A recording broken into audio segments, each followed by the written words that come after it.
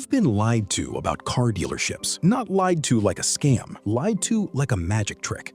You're watching the hand that's showing you the cars, while the other hand is picking your pocket in a back room you were never supposed to think about. Here's the number that breaks people's brains. Dealers move over $1 trillion in cars every single year, and they keep less than 2% of it. Sell you a $10,000 car? On a good day, that dealer walks away with $200. So if the cars barely make money, how is the dealership owner driving the nicest house on the street? Stick around, because the answer is one of the best kept secrets in American business. And once you see it, you will never look at a car lot the same way again. Part 1, the front door is a trap. Everyone thinks getting into this business is the hard part. Land, a shiny building, some inventory. Wrong. That's not the hard part. That's just the entry fee, and it's brutal. $5 to $10 million. Before you sell one single car, a slice of that goes straight to the manufacturer just for permission to use their name. For a luxury brand, that check alone can top $500,000.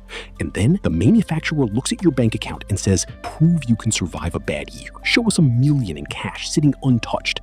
Show us millions in net worth. Don't have it? Doesn't matter how much you want in. You don't get the keys. Part 2, the cars are bleeding you every single day. Here's what nobody tells first-time buyers of a dealership. That gorgeous lot of shiny inventory, it's on fire. Slowly, quietly. Every day it just sits there. Almost none of it is paid for in cash. It's financed. And every single car on that lot is racking up interest. $40 to $85 a day per car, whether it sells or not. Do the math on 100 cars, sitting just 10 days too long. That's tens of thousands of dollars. Gone for absolutely nothing. And if a car sits too long, 90, 120 days, the bank stops being patient. They force the dealer to start paying down the loan on a car that hasn't even sold yet. This is the part where most people watching would panic and quit. But the dealers who make real money, they're not even worried because they know something you don't. Part 3, the car was never the product. Here's the twist. You think you're the customer when you buy the car. You're not. You're the customer 20 minutes later in the little office, signing papers, thinking it's just formality.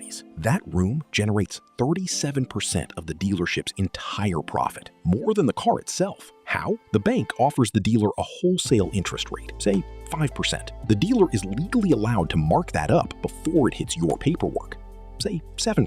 That gap, pure profit, for doing nothing but moving a decimal point.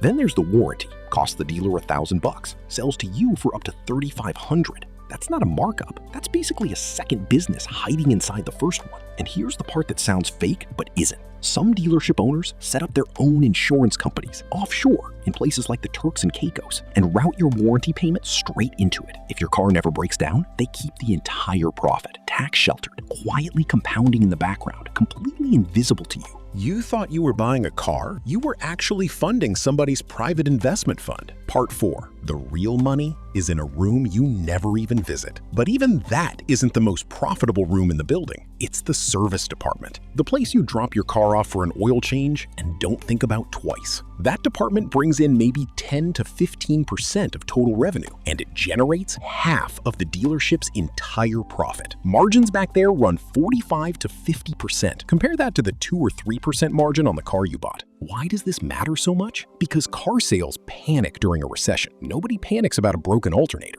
The service bay doesn't care what the stock market did today. It just keeps printing money. There's a number dealership owners obsess over. It's called the absorption rate. Once the service department alone covers all the building's overhead, rent, salaries, everything, every car sold after that is basically pure, untouched profit. Most dealers never even get close. The ones who do, they're the ones quietly getting rich, no matter what happens on the showroom floor. Part 5, even the sticker price is a setup. You think you're winning when you negotiate the price down. You're not. The invoice price, the number you think is the dealer's real cost, is secretly inflated by the manufacturer on purpose. Then, after the sale, the manufacturer quietly refunds that inflated amount back to the dealer. It's called holdback. Nobody outside the industry has heard of it. So picture this. You negotiate hard. You win. You pay exact invoice price on a $50,000 car, and the dealer still walks away with $1,500 you will never see on any piece of paper. You didn't win the negotiation. The dealership already built the win into the math before you even sat down in the chair. Part 6. So is it actually worth it? Here's the honest answer. This is not passive income, not even close. It takes millions in debt, constant risk, and total dependence on decisions some manufacturer makes 1,000 miles away. But the ones who make it through, they've built something almost recession-proof. When car sales freeze, the service bay. When car sales freeze, the service bay keeps the lights on. When margins on the car get squeezed to nothing, the finance office and that quiet offshore account